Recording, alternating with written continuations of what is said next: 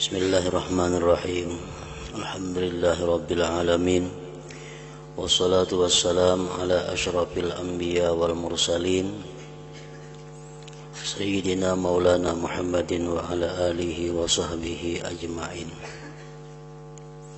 Qala al-musannifu rahimahullah wa nafa'ana bi ulumihi fid dharain amin. Mendengar sabdaan Rasulullah sallallahu alaihi wasallam ini,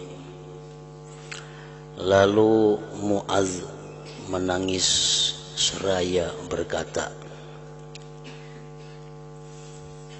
di mana di dalam hadis itu telah disebutkan penjelasan Rasulullah sallallahu alaihi wasallam bagaimana amal ibadah yang dilakukan seorang hamba itu sehingga bisa sampai ke hadirat Allah Subhanahu wa taala, yaitu ada tingkatan-tingkatan, tahapan-tahapan yang mesti dilalui. Ada 7 penjagaan dari malaikat, sehingga amal dari orang yang takwalah yang bisa sampai ke hadirat Allah Subhanahu wa taala. Mendengar penjelasan itu, Mu'adz bin Jabal, sahabat Nabi, menangis seraya berkata, engkau adalah Rasulullah sallallahu alaihi wasallam, sedangkan aku adalah Mu'adz, hamba Allah yang biasa, bukan Rasul. Maka bagaimana aku dapat selamat dan sejahtera? Kalau engkau, wahai Rasul, Rasulullah, sedangkan aku seorang hamba yang biasa, bagaimana mungkin amal ibadahku bisa sampai kepada Allah? Lalu Rasulullah sallallahu alaihi wasallam menjawab, hendaklah engkau ikuti aku. Hendaklah engkau ikuti aku walaupun hanya dengan sedikit amalan. Sedikit amalan, tetapi ittiba, mengikut dengan Nabi sallallahu alaihi wasallam.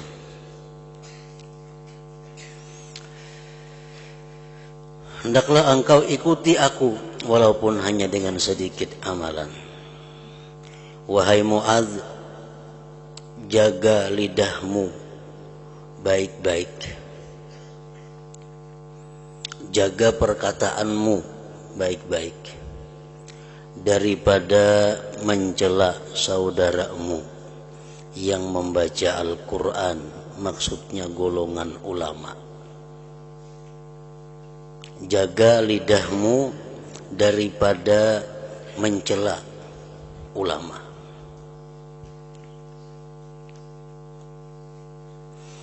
Dan pertanggungkanlah segala dosamu ke atasmu, dan jangan engkau mempertanggungkan dosamu ke atas mereka. Salah satu di antara pemahaman ini adalah, kalau engkau berbuat dosa, wahai Mu'adz, perbuatlah artinya dosa yang hanya untuk pribadimu. Jangan sampai dosamu itu diikuti oleh orang-orang sesudahmu. Karena itu merupakan beban tanggung jawabmu nanti di hadapan Allah Subhanahu wa taala.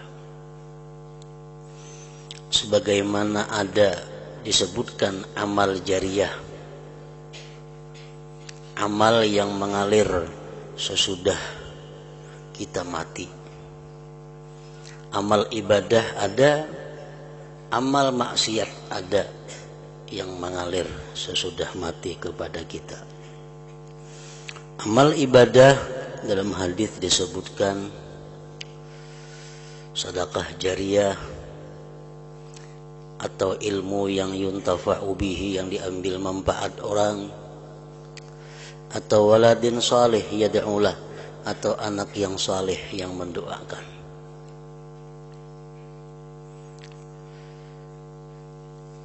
Maka tiga hal tersebut walaupun kita meninggal itu masih mengalir. Nah, begitu pula amal-amal maksiat. Ada juga yang mengalir kepada orang yang di dalam kubur. Amal maksiat apa? Sedekah jariyah juga. Tapi sedekah jariyah yang digunakan kepada maksiat terhadap Allah Subhanahu wa ta'ala.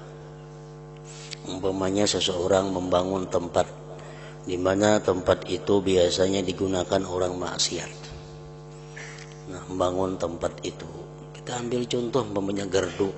Nah, gardu adalah tempat yang umumnya digunakan untuk hal-hal yang kada baik, becatur, badum. Di gardu itu biasanya orang becatur, badum, berimi, dudukan, kada kaharuan. Nah, kita ulahkan gardu sehingga kita mati. Gardu masih dipakai orang permainan situ, orang bedung. Nah, maka itu sedekah jariyah juga, cuma jariyah nang kada baik. Jariyah nang mengalir tapi nang negatif, nang kada baik. Nah, kalau kita berbuat dosa lah nang jangan sampai ke orang lain. Cukup kita mati juga dosa kita. Jangan sampai ada dosa kita hidup. Tuba li abdin idza mata matat dzunubuhu. Beruntung bagi seorang hamba yang bila mana dia mati juga dosanya. Itu beruntung.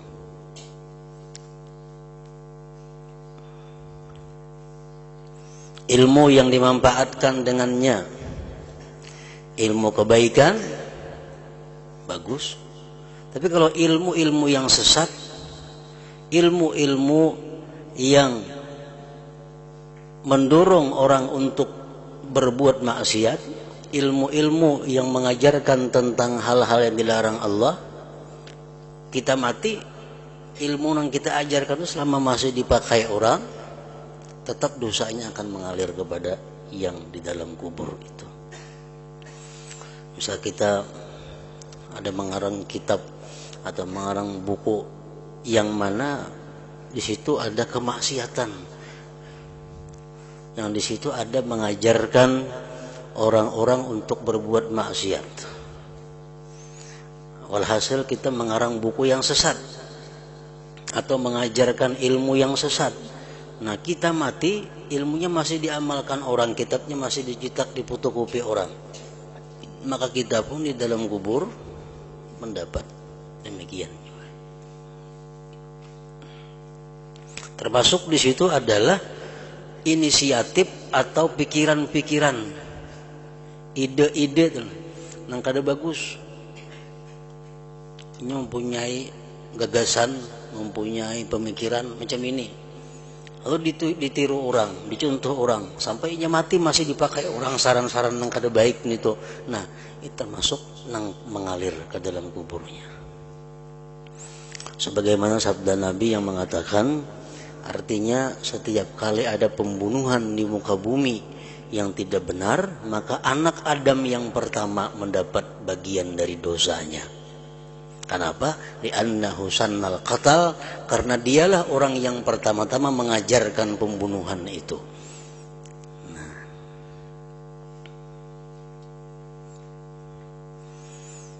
yang ketiga, anak yang jahat, yang tidak dididik.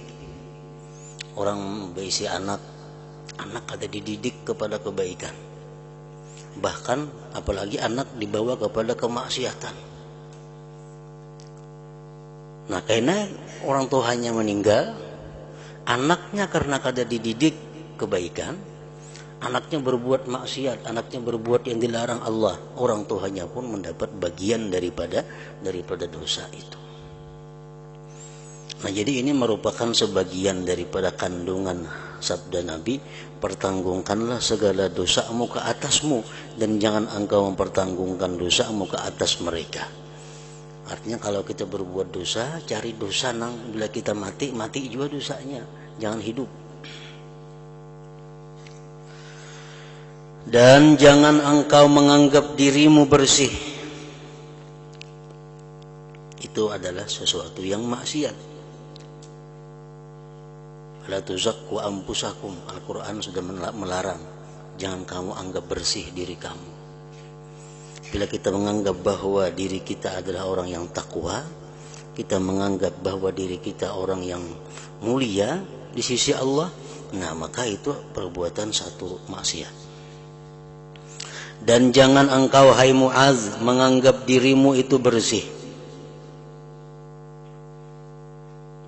Dan jangan pula engkau mencela orang lain. Dan jangan pula engkau memuji dirimu di hadapan mereka.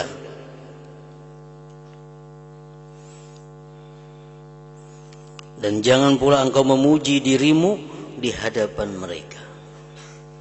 Mengisahkan tentang keutamaan diri di hadapan mereka. Nah, itu adalah sesuatu yang dilarang oleh Allah. Wahai Mu'adz, jangan pula engkau memuji dirimu di hadapan mereka. Dan jangan engkau campurkan urusan dunia di dalam urusan akhirat. Artinya kalau kita memperbuat amaliyah akhirat, maka murnikanlah itu karena Allah. Jangan dicampuri dengan urusan-urusan yang sifatnya keuntungan duniawi. Dan jangan engkau menyombongkan diri di dalam majelismu. Nanti orang ramai akan takut kepadamu karena kejahatanmu. Dan jangan engkau berbisik kepada seseorang, sedangkan seseorang lagi ada di sisimu.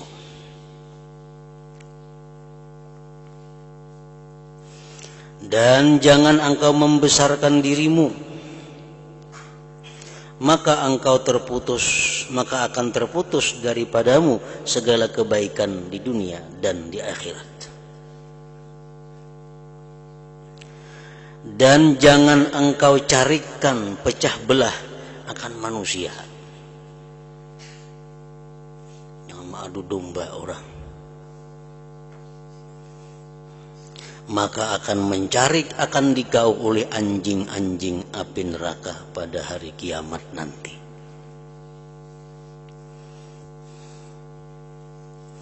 Allah telah berfirman, wan nasyitati nashta. Maksudnya demi yang mencari, merubik, akan carikan atau rubikan. Apakah engkau ketahui hai Mu'adz, siapakah mereka yang mencarik itu? Siapakah yang merubik-rubik manusia itu di dalam api neraka kaina? Lalu Mu'adz menjawab, ya Rasulullah, sebenarnya siapa mereka itu? Lalu Nabi SAW menjawab, itulah anjing-anjing yang garang di dalam api neraka, yang akan mencarikan daging sehingga sampai ke tulang.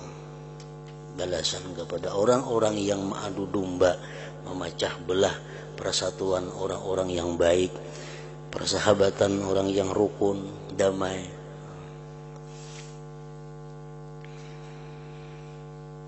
Mu'adz bertanya, ya Rasulullah, siapakah orang yang mampu melaksanakan segala perkara yang engkau sebutkan tadi? Siapa nangkawa melaksanakan itu? Jangan berbuat dosa macam ini, jangan memecah belah umat, jangan mencela orang, jangan menyombongkan diri, jangan membersihkan diri, jangan mencela orang lain. Siapa yang bisa melaksanakan itu, wahai Rasulullah? Dan siapakah yang akan selamat daripada siksaan itu? Nabi SAW menjawab, itu sebenarnya mudah bagi orang yang dimudahkan oleh Allah Subhanahu wa ta'ala. Melaksanakan perintah-perintah Allah itu sebenarnya mudah. Menjauhi larangan-larangan Allah itu gampang.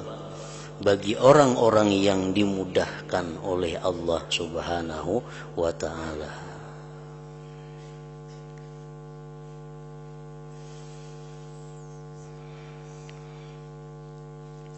Nah, bagi orang-orang yang kadang mendapat kemudahan dari Allah, bagi orang-orang yang kadang mendapat petunjuk dari Allah, maka segala amal kebajikan itu dianggapnya adalah sulit.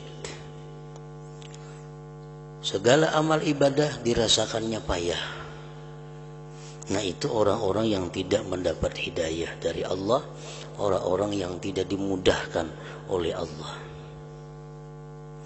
Dan Rasulullah sudah memberikan pengarahan, penjelasan kepada umatnya, kullun muyassarun lima khuliqa lahu. Itu hadis pindik, singkat, tapi hadis itu dapat menggugah hati setiap orang yang mengerti. Hadis yang pindik tadi bisa menggugah hati orang-orang yang memikirkan tentang dirinya. Kullun muyassarun lima khuliqa lahu. Tiap-tiap orang itu dimudahkan untuk melakukan sesuatu yang dia itu diciptakan untuk sesuatu itu. Ini hadis Rasulullah Sallallahu Alaihi Wasallam adalah merupakan sambungan daripada kalimat beliau sebelumnya. Ujar beliau mengatakan bahwa Allah menciptakan manusia dan sudah Allah tentukan ini orang-orang yang akan menghuni surga Allah, ini orang yang bakal menghuni neraka Allah. Itu kada akan berubah lagi. Sudah di masa azali, di masa yang dahulu kala, sebelum kita wujud ke alam dunia ini, sudah ada nama kita dan tempat yang bakal kita tempati. Fulan bin Fulan tempatnya di surga, Fulanah binti Fulan tempatnya di surga, Fulan bin Fulan tempatnya di surga, Fulan bin Fulan tempatnya di neraka. Itu sudah ada bacaannya, ada ketetapannya, dan kada berubah. Lalu sahabat Rasulullah mengatakan, wahai Rasulullah, kalau macam itu hal sudah tetap, buat apa kami beribadah? Idzan nattakilu ya Rasulullah. Kalau begitu, wahai Rasul, bagaimana kalau kami pasrahkan diri kepada takdir itu? Kayak apa dipasrahkan aja diri? Kada usah sembahyang gitu, kada usah puasa gin, kada usah apa gin, karena sudah ada ketetapannya. Kita sembahyang, kita menuntut ilmu, kita mengaji, kita sembahyang tahajud, sembahyang macam-macam. Tapi memang sudah kita ditetapkan ke neraka, ya kan neraka juga mati. Orang berzina, orang makan riba, berjudi, segala macam maksiat dilakukan. Tapi kalau ingin sudah ditetapkan ahli surga, ya sudah ke surga juga matinya. Idzan nattakilu ya Rasulullah. Kalau begitu kita bertawakal aja ya Rasulullah. Susah payah lagi, tawakal aja. Nah, Rasulullah menjawab dengan sebuah hadis yang terkenal, hadis yang pendek tadi, kullun muyassarun lima khuliqa lahu. Kullun muyassarun lima khuliqa lahu. Tiap-tiap orang itu dimudahkan untuk memperbuat sesuatu yang dia diciptakan untuk sesuatu itu. Kalau kita diciptakan Allah untuk menghuni surga, kita ditetapkan oleh Allah untuk menghuni surga, kita pasti dimudahkan oleh Allah untuk melakukan amal-amal yang mengarah kepada surga. Kalau orang itu diciptakan Allah sebagai penghuni neraka, dia akan dimudahkan Allah untuk melakukan amal-amal perbuatan yang mengarah kepada api neraka. Nah, bagi orang-orang yang sudah namanya ditetapkan oleh Allah sebagai ahli surga, maka tidak ada amal ibadah yang sulit terhadapinya. Tidak ada larangan-larangan yang sulit dijauhinya. Semuanya itu adalah mudah, karena dia memang diciptakan Allah untuk surga. Tapi kalau orang-orang yang diciptakan Allah ke dalam neraka, nanti matinya masuk neraka, ditakdirkan demikian, sembahyang 2 rakaat pun inya rasanya lebih berat daripada mengangkat sekarung beras. Sulit. Walaupun hanya sembahyang 2 rakaat mungkin perlu waktu 2-3 menit untung. Tapi melaksanakan 2-3 menit itu rasanya sulit luar biasa. Nah, ini orang-orang yang sudah alamat-alamat, tanda-tanda ini orang dipersulit berbuat amal surga. Nah, jadi kita di dalam hati kita iktikadkan, kita camkan dalam diri kita, setiap kali kita sulit berbuat kebaikan, setiap kali kita rasa ngalih untuk memperbuat taat, kita bisiki hati kita, jangan-jangan ikan kita masuk yang ditulis Tuhan ahli neraka, seakan apa ini sulit berbuat kebaikan. Nah, kullun muyassarun lima khuliqa. Itu hadis pindik itu dapat menggugah hati kita, dapat menggerakkan kita. Baca ini amalan 1000 kali, malah pahnya, berarti aku ini gak cocok amalan 1000 kali ini, berarti aku bisa jadi orang ahli neraka. Kerjakannya aku ahli surga, aku inting aja membaca 1000 ini. Kenapa aku ngalih benar membaca Quran? Kenapa aku ngalih membaca salawat? Kenapa ngalih aku nuntut ilmu? Malas nuntut ilmu. Barangkali aku ini kada orang ilmu, barangkali aku ini orang neraka. Jakanya aku orang ilmu, orang surga, kada dengan sulitnya bagi aku ilmu agama itu. Nah itu. Jadi ajar Nabi kita tadi apa? Ajar Nabi itu sebenarnya mudah bagi orang yang dimudahkan oleh Allah. Siapa orang yang dimudahkan Allah berbuat kebaikan itu? Orang-orang yang sudah dipastikan oleh Allah sebagai ahli surga. Orang-orang yang sudah ditulis dalam Lauhil Mahfuz itu orang ahlul jannah, orang ahli surga.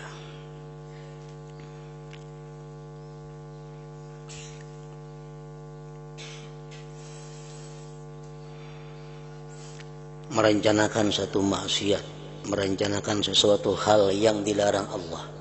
Kenapa selalu mudah? Bila aku ini berbuat maksiat pasti terjadi. Bila aku hendak maksiat pasti terjadi. Berapa kali sudah membuktikan. Hendak mencuntan penurangna. Tampina sunyi orangnya. Orangnya guringan, lamarinya pas kada berkunci. Sehingga mudah melakukan mencuntan. Nah, ini orang bakal penghuni neraka. Kalau orang bakal penghuni surga, hendak mencuntan itu nah. Ditangi katanya orangnya kada guringan lagi. Masuk ke kamarnya orangnya ada kada jadi itu cuntan. Esok ini diintai pulang, benak mengambil, ada yang datang kada jadi pulang cuntan. Nah, selalu dihalangi oleh Allah untuk berbuat maksiat. Bila kita macam itu alamat bahwa kita orang yang baik, alamat bahwa kita adalah orang kanan, orang yang diciptakan Allah untuk surga.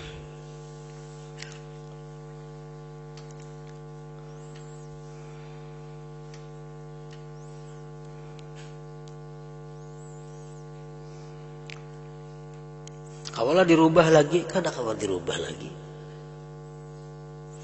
Orang tuh ditakdirkan Tuhan sudah di masa azali. Orang tuh di rahim kita nih sudah diberitahukan oleh Tuhan kepada malaikat yang muwakal di rahim ibu. Catat tuh nah itu orang-orang syakiyun, orang celaka. Kada kau berubah lagi. Walaupunnya menuntut ilmu, walaupun didoakan oleh siapa aja yang mandu sedunia orang mendoakan inya, kada berubah lagi takdir Allah itu. Fakat jaffal kalam, takdir Allah itu sudah kering tintanya. Artinya kada kau dihapus lagi itu. Nah, tinggal kita aja lagi mengetahui diri kita kemana arahnya.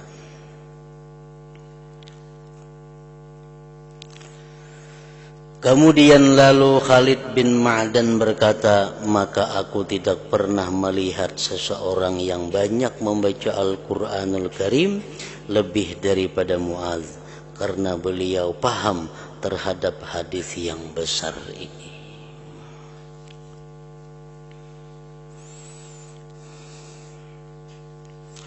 Maka hendaklah engkau renungkan baik-baik perkara-perkara yang terkandung di dalam hadis ini. Wahai orang yang gemar kepada ilmu pengetahuan.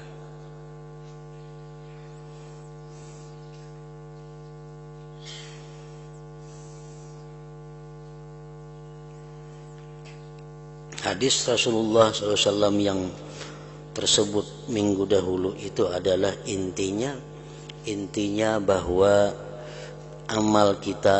amal seseorang kada akan bisa diterima oleh Allah kalau orang yang beramal ini kada termasuk orang yang takwa.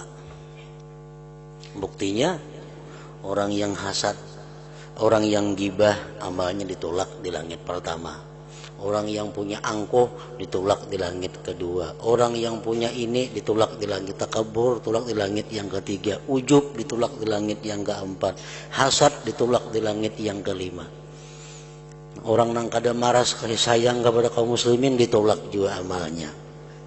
Jadi hasilnya bahwa kita merenungi hadis itu sehingga firman Allah yang menyatakan innama yataqabbalullah minal muttaqin, Allah itu hanya menerima ibadah orang yang takwa.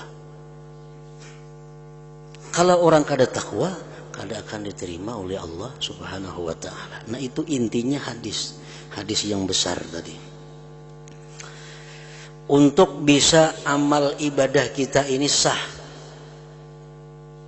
syaratnya apa? Kita mesti mukmin dan muslim, mesti iman dan Islam. Amal ibadah apapun yang kita lakukan, kalau kita kada beriman, kada berislam, kada sah. Kada sah, sudah. Sembahyang Islam syaratnya, puasa Islam, zakat Islam, haji Islam, iman dan Islam. Kalau kita kada beriman, kita kada Islam, amal kada sah. Nah, jadi sahkan amal kita dengan Islam dan iman. Tapi Islam lawan iman kada cukup modal kita. Kalau kada ditambah dengan satu lagi, yaitu apa? Ihsan. Nah, ihsan inilah merupakan sama dengan daripada takwa. Kalau sudah kita iman, Islam dan ihsan, baru kita melakukan satu taat kepada Allah. Nah, taat kita itu diterima oleh Allah. Makanya Jibril bertanya kepada Rasul, wahai Muhammad, apa itu iman? Ya Nabi, al-iman antu'mina billah wa rasuli wa kutubihi. Iman itu rukun Islam ada, rukun iman ada 6 lah kesimpulannya. Wamal Islam, apa itu Islam wahai Muhammad? Islam itu apa? Nah, jadi Nabi kita syahadat, kesimpulannya rukun Islam adalah 5. Wamal ihsan, apa ihsan wahai Muhammad? Jadi Nabi kita anta'budallah ka'annaka tarah fa illam takun tarah fa huwa yarak. Ihsan, bahwa engkau beribadah kepada Allah seolah-olah engkau melihat Allah.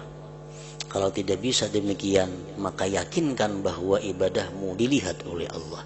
Nah, ihsan itu adalah sama dengan takwa.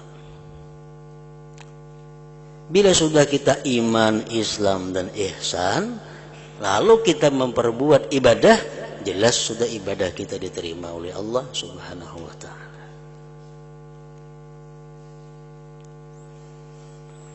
Maka hendaklah engkau renungkan baik-baik perkara-perkara yang terkandung dalam hadis ini, wahai orang yang gemar kepada ilmu pengetahuan.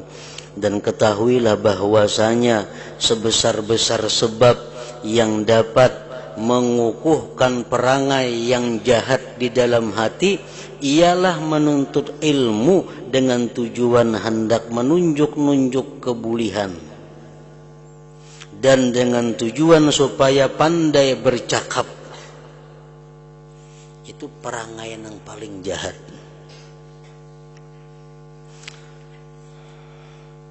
Sebab timbulnya segala macam bentuk kejahatan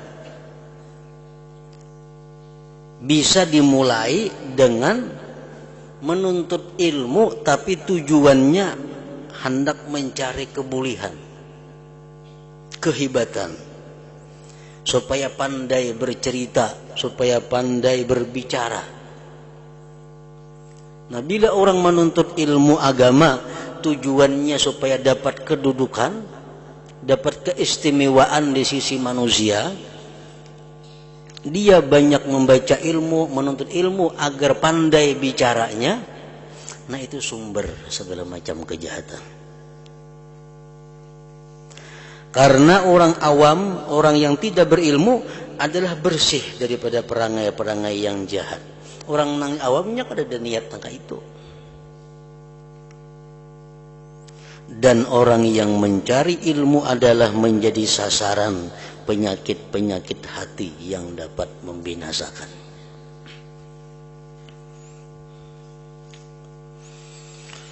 Maka lihatlah pada dirimu dan timbanglah baik-baik. Mana yang lebih penting dan mana yang lebih baik. Apakah yang lebih baik itu belajar ilmu yang membawa engkau supaya berhati-hati daripada segala perkara yang dapat membinasakan engkau, lalu engkau sibuk dengan memperbaiki hatimu dan membangun akhiratmu? Ataukah yang lebih baik itu engkau bergaul dengan orang-orang yang banyak bercakap kosong, maka engkau mencari ilmu yang menjadikan engkau orang yang takabur, riya, hasad dan ujub, sehingga akhirnya engkau akan binasa bersama dengan orang-orang yang binasa. Ilmu apa yang mestinya dahulu kita cari? Ilmu apa yang mestinya kita tuntut? Cari ilmu yang lebih penting, ilmu yang lebih baik, ilmu yang bisa menyelamatkan kita dunia dan akhirat. Dan ketahuilah olehmu bahwa 3 perkara ini, hasad, riya, dan ujub, ialah asal kepada segala penyakit hati.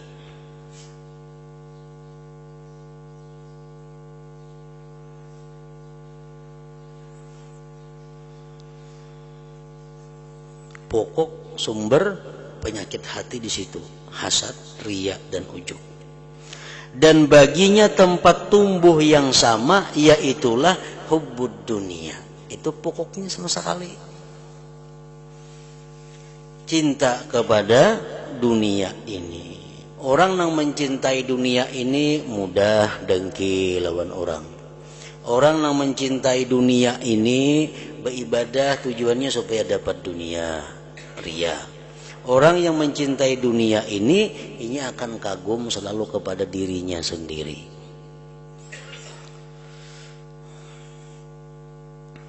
Oleh karena itu Rasulullah sallallahu alaihi wasallam pernah bersabda, hubbud dunya ra'su kulli khati'atin. Artinya cinta dunia itu adalah puncak daripada segala kejahatan. Sumber segala kejahatan adalah mencintai kepada dunia ini. Yang apa sekarang arti dunia itu?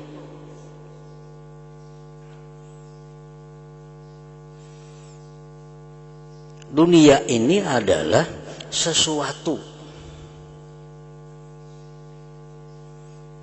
yang tidak ada manfaat kepada kita sesudah kita mati. Dunia maknanya.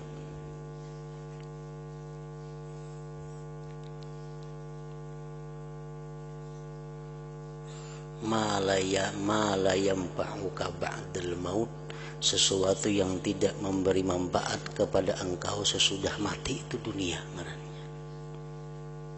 Apalagi nang mendatangkan siksa sesudah mati, makinnya dunia lagi. Ini nang kada bermanfaat saja kepada kita sesudah mati, itu dunia maknanya. Nah, sesuatu yang ada pada kita tapi itu bermanfaat kepada kita sesudah mati kita, itu bukan dunia, itu akhirat namanya. Kitab contohnya. Kitab ini kita baca kita pelajari, kita pahami, kita amalkan. Ini kitab ini memberi manfaat kepada kita sesudah mati. Maka kita mencintai kitab ini bukan mencintai dunia ngarannya. Bukan mencintai dunia. Karena kitab ini manfaatnya banyak sesudah kita mati. Duit. Kita dibisi duit 10 juta. 10 juta bisi duit. Duit ini sudah kita niatkan. Ini duitku simpan. Kada kulanjakan. Ini duitnya khusus cadangan.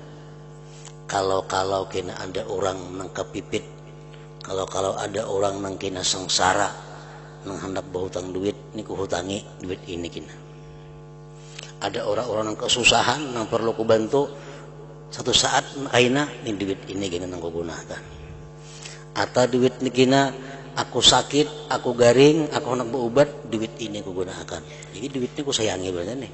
Nah, menyayangi duit itu bukan menyenangi dunia. Kenapa? Karena duit ini bermanfaat di akhirat. Ini bermanfaat di akhirat duit ini. Kenapa bermanfaat? Tujuan kita bagus. Tujuan kita menyimpan duit ini bukan untuk mencari kenikmatan dunia, bukan mencari kesenangan dunia, bukan hanya mencari bermewah-mewah dalam dunia. Kada. Duit ini sengaja ku simpan untuk keperluan tadi. Kita cintai duit itu, kita sayangi, kita pelihara duit tadi. Itu kita kadang mencintai dunia, mencintai akhirat. Nah itu, jadi kadang mesti duit itu dunia, kadang mesti. Kadang mesti. Sesuatu yang bermanfaat kepada kita sesudah kita mati, ngarannya akhirat. Aku sayang menelawan sepida aku ini bujur buruk. Ke majlis taklim aku bisa pidan ini ke pasar nukarakan keperluan rumah tangga segan anak bini bisa pidan ini sepeda aku kok sayangi benar ini. Nah itu bukan menyayangi dunia. Kenapa? Karena sepeda ini ada manfaatnya akhirat. Ke majlis ilmu nukar keperluan sehari-hari, ini berarti mencintai sepeda itu kan mencintai dunia, mencintai akhirat. Nah setiap benda atau apapun ngarannya yang biasanya membuat kita lingah terhadap Allah, benda atau sesuatu yang membuat kita banyak maksiat dengan benda itu, nah ini ngarannya dunia. Barang yang biasa jadi andalan kita untuk beragap, barang yang jadi andalan kita untuk bermegah-megah, nah, ini barang dunia. Ini kita mati ini menyiksa kita kayaknya. Bukan bermanfaat lawan kita, ada menyiksa kita. Nah mencintai barang-barang itu mencintai dunia ngarannya. Itulah yang jar Nabi tadi, mencintai dunia pokok segala macam kejahatan, sumber segala macam kesengsaraan.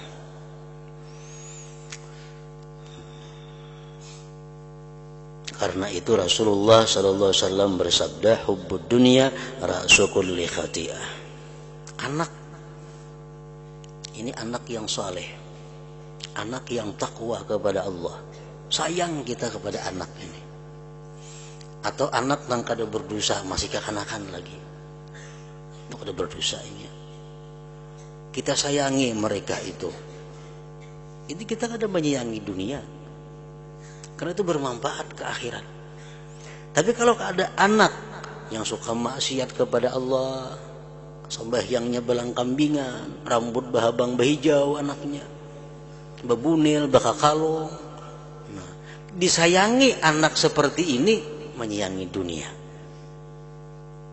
Itu mencintai dunia. Kenapa? Karena anak ini kalau sudah kita mati menyengsarakan kita, menambah siksa di akhirat. Karena kita menyayangi sesuatu yang dilarang Allah menyayanginya, mencintainya. Hubbud dunya ra'su kulli khati'ah, artinya cinta dunia itu adalah puncak daripada segala kejahatan. Nah hingga situ. Namun demikian dunia juga adalah ladang untuk akhirat.